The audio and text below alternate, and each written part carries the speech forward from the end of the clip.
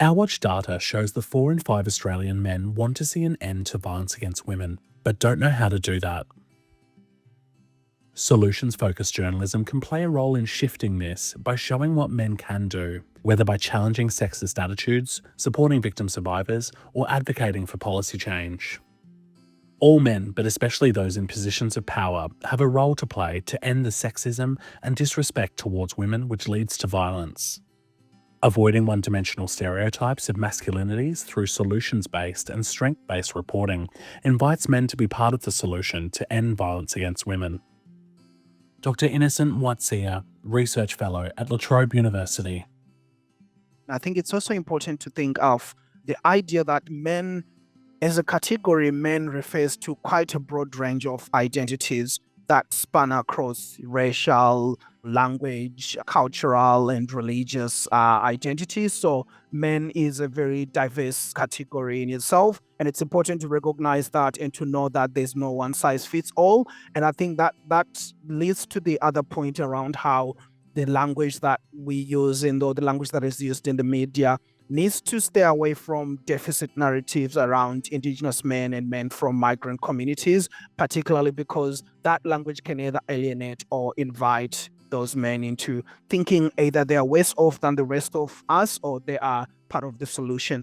Writing and thinking from a solutions and a strength-based approach means talking about those things that men are doing. I think there's an opportunity to be quite reflective in terms of these little actions that we take within our friendship groups and the ways and the little opportunities for challenging and at times men are not able to always challenge their friends, but in those moments where they do, that is linked to the wider project of prevention. So I think solutions focused is an open invitation for men to see themselves as part of the project of prevention and for men to see that we're already doing this work in many ways, but also not taking away from the idea that men are using this violence and it's a national crisis at this point.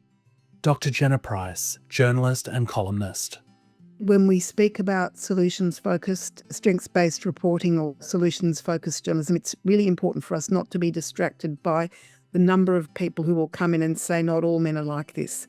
I mean, we are already all acknowledging that it's not all men. We can see that from the data.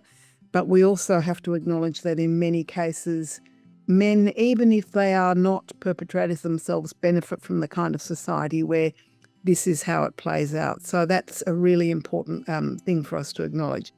Using statistics in strengths-based ways includes showing what men are doing to challenge discrimination.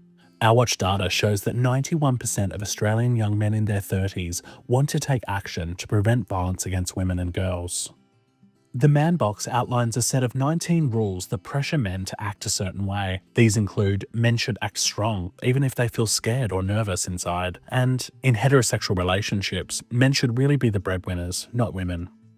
A concerning minority of 1 in 4 young men do personally agree with the Man Box rules, while a heartening majority of men don't. However, 37% of young men feel pressure to conform to the Man Box rules, even if they don't agree with them. Media can play a significant role here in amplifying that most men reject Man Box attitudes. This can provide men with ideas and motivation to challenge these outdated expressions of masculinity.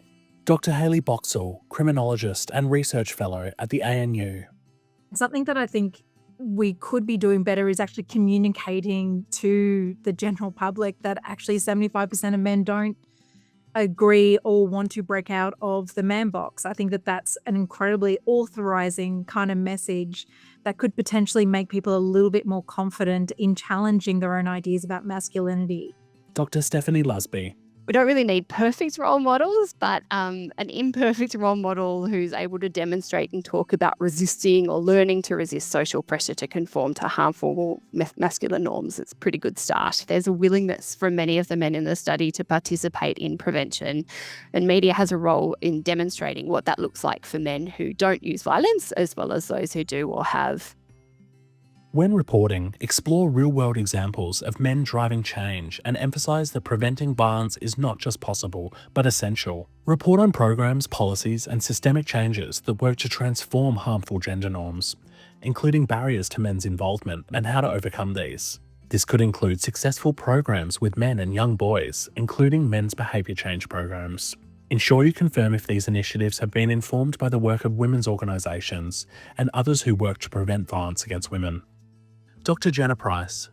I have interviewed a lot of organisations which are run by men for men, and I've interviewed representatives from those kinds of organisations, and they immediately think that solutions have to come from men rather than from women telling men what to do. Because this can't be solved by either women or by men.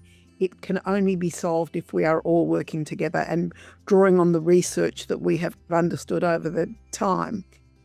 A world that is free from violence against women and is gender equal is also one that supports men to express healthier and diverse forms of masculinities, free from expectations to conform to rigid or outdated forms of masculinity that emphasise control, aggression, and disrespect towards women.